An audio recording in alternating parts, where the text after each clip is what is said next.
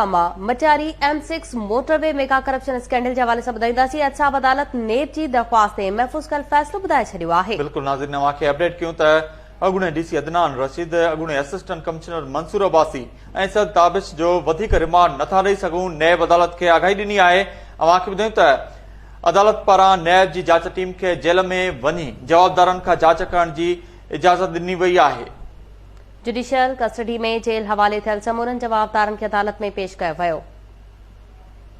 इन हवाले सां वधीक तफ़सीलनि लाइ असां सां लाइन ते मौजूद आहे KT न्यूज़ जो रिपोर्टर अल्ताफ मेमन। जी अल्ताफ, अपडेट कजो।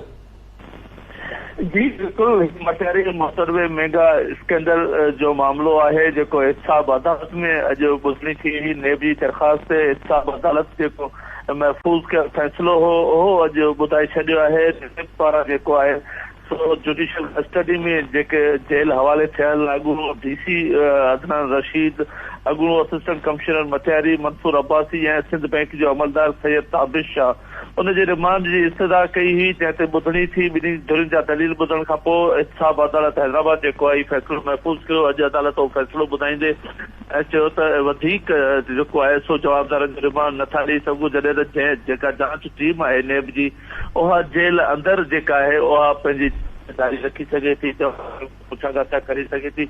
ही 14 तारीख़ जेको आहे सो ॿीहर जेका आहे ॿुधणी केस जी आहे, मेगा करप्शन केस जेको 2 अरब 70 करोड़ रुपयनि जो हुयो।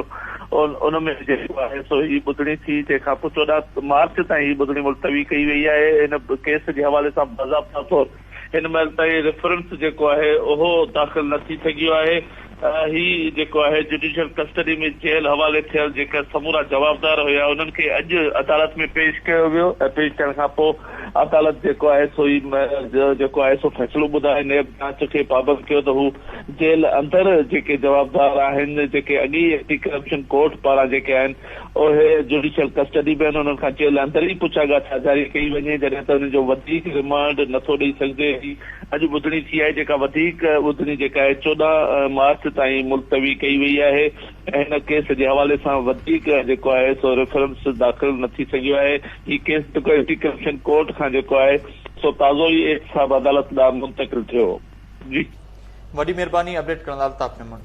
अल्ताफ